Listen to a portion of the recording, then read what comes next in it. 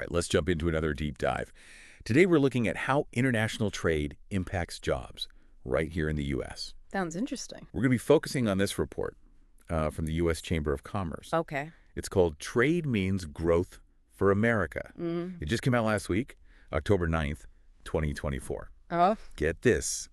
Over 41 million American jobs depend on trade. wow.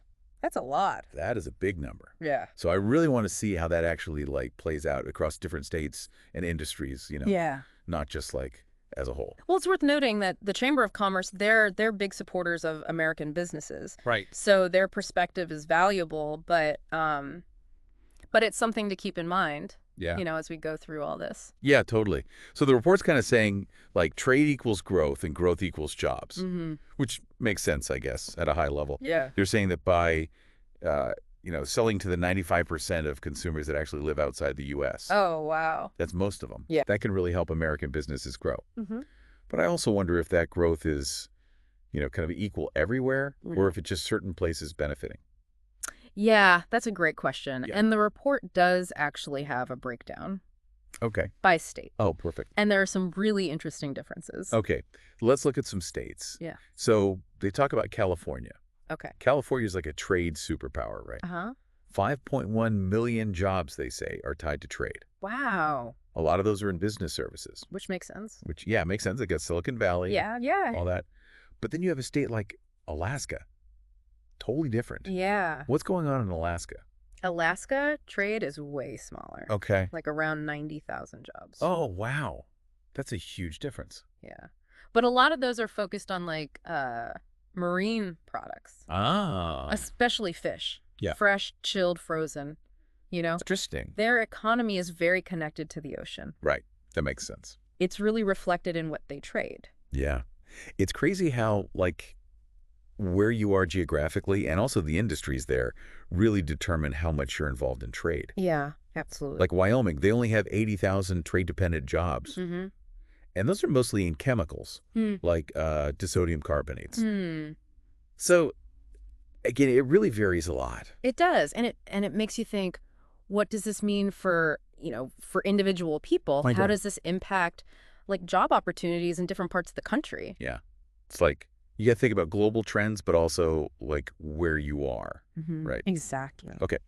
There's another point I wanted to bring up from the report.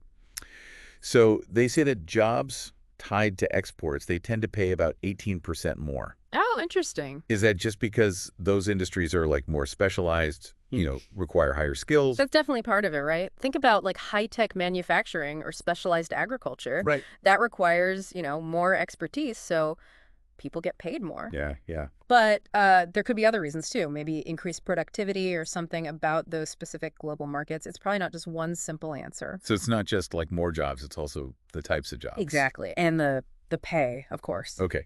So the report then kind of switches gears. Okay. And they have this whole section on their vision for what they call a revitalized trade agenda. And they have 5 main recommendations. Okay. I'm curious to hear what those are. Yeah, let's dive in. So they want to open new markets for, manufacturers, farmers, service providers. Okay. They talk about renewing U.S. leadership in global trade, Okay. working with allies to secure access to critical resources, making sure American companies are treated fairly in foreign markets, Right. and encouraging more international investment in the U.S. So they've got a whole plan laid out. Yeah, they definitely have some ideas about, where they want to see things go. Let's take a closer look at one of those recommendations. For example, opening new markets. So they really emphasize opening new markets for American businesses. Basically, more markets. Yeah. More places for U.S. businesses to, grow and sell their stuff. Yeah. I mean, that sounds good on the surface. Right? But, there could be other things to think about too. Like what happens to farmers in developing countries if we open up new markets for American agricultural products? Right. Or what if, American manufacturing expands and that leads to job losses here in certain industries? There could be unintended consequences. It's there's always some kind of trade-off. Often, yeah. Yeah. So what are some of the potential downsides, for domestic industries if we focus so much on opening up new markets? Well, one concern is just increased competition.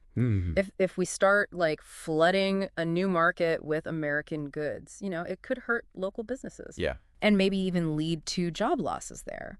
And then there's also the issue of exploitation. Like, are we actually pushing for fair labor practices and environmental standards in these new markets?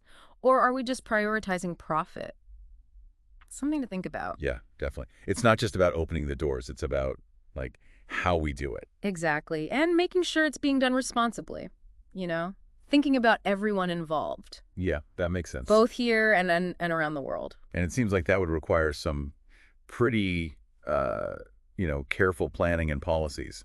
Absolutely. We need transparency and policies that actually take everyone's interests into account, not just, a select few.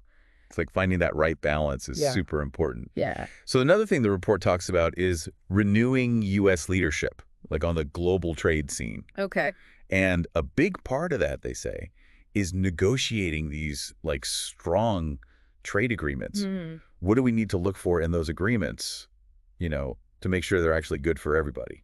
That's where it gets really tricky. Yeah. Because strong can mean a lot of different things, right? Right. For some people, it might mean like putting American businesses first, getting the best deal for them. But for others, it could be more about like fair labor practices, protecting the environment, creating a global trade system that's actually equitable. Yeah. It's like, how do you balance looking out for America's interests while also being fair to everyone else? So how do we even decide what's fair in a trade agreement? Right. Is it even possible to have a win-win for all the countries involved? It's tough, for sure. One thing that's super important is transparency. Okay. Like, are the negotiations happening out in the open? Right. Are they getting input from all the different stakeholders, not just corporations, but also labor unions, environmental groups, people representing developing countries? Right. Or is it just a bunch of corporate lobbyists making deals behind closed doors, Yeah. Having that transparency would definitely help, I think, make things more balanced. For sure. Okay. The report also talks about like teaming up with allies to be less reliant on certain other countries for, really important resources. Sounds like they're going for like more self-sufficiency. Yeah, the idea is to like diversify supply chains. Okay. So we're not so vulnerable. Right. If we rely too much on one country for something we really need, it's a problem if that relationship goes south. Yeah. Yeah. So by working with allies, countries that share our values, we can build these more stable supply chains, less risk. Makes sense strategically, but I wonder what it means economically for the countries we're like moving away from. Yeah. Could that backfire? Definitely something to consider. Because decoupling from a major trading partner, that can have huge ripple effects. Right. I mean, it could cost jobs in those countries, disrupt all these existing trade flows, could even escalate tensions. It's like every move you make on that global trade chessboard has all these consequences. Yeah. And it's hard to predict them all. Okay. So another recommendation they make is about making sure American companies are treated fairly in foreign markets. Right. So like no discrimination or sneaky barriers. What are some examples of those barriers and how do we deal with that? Well, those barriers can be pretty blatant sometimes. Yeah. Like, a foreign government just straight up favoring their own companies. Yeah. But sometimes it's more subtle. Like what? Like maybe they have all these complicated regulations or bureaucratic hoops to jump through. And it makes it really hard for American companies to compete. It sounds tough to like prove that's happening though. It can be. So how do we make sure it's a level playing field without like going too far in the other direction and becoming protectionist? Right. Well, diplomacy is really important. Okay. We need to talk to these governments, make the case for fair treatment of American companies, try to work things out. So building relationships. Exactly. Finding that common ground. Okay. Their last recommendation is about encouraging more international investment here in the U.S. They say it leads to, economic growth and jobs and all that. Yeah. But isn't there a risk of like giving up too much control to foreign companies? That's a valid concern, for sure. Yeah. I mean, attracting foreign investment can be great. Okay. It brings in money, expertise, can create all sorts of new opportunities. But you don't want to go overboard. Right. You got to make sure those investments are actually good for the country. you know. So how do we do that? Like, how do we welcome that investment, but also protect our own interests? Well, one way is to have clear rules and screening processes, Okay. especially for sensitive industries Like what? like technology, infrastructure, defense. We also want to encourage foreign investors to partner with American companies. Okay. So it's collaborative. Right. Sharing knowledge. Exactly. It's about finding that sweet spot, attracting investment, but also protecting national interests. It's a balancing act. Seems like a lot of this comes down to finding the right balance. Yeah, a lot of it does. Okay, so towards the end, the report gets a little, I don't know, ominous. Ah. They basically say that if we don't do something about trade, American businesses are going to become less competitive, and the middle class is going to get hurt. It's like a warning, Yeah. like a call to action. Yeah. They're saying policymakers, business leaders, they got to prioritize trade. We need policies that help American businesses compete globally. But is it really that dire? Like, what's their evidence for saying the middle class will suffer? Well, they talk about historical trends. Okay. And they say that as American businesses lose ground to foreign competitors, it can lead to job losses, wages stagnating, and just a lower standard of living overall for the middle class. So they're connecting what happens globally with what happens to, like, regular people here.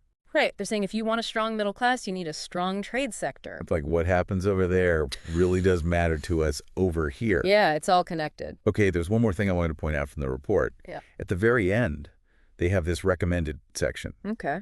And it has all these articles. Some of them offer, like, totally different viewpoints on trade. And some of them raise concerns about, how transparent trade agreements really are. Yeah, it's really important to, look beyond just this one report. This is just one perspective. And it's coming from a particular place, Right. Reading those other articles, getting those different viewpoints, it's going to give you a much more complete picture of, what we're dealing with.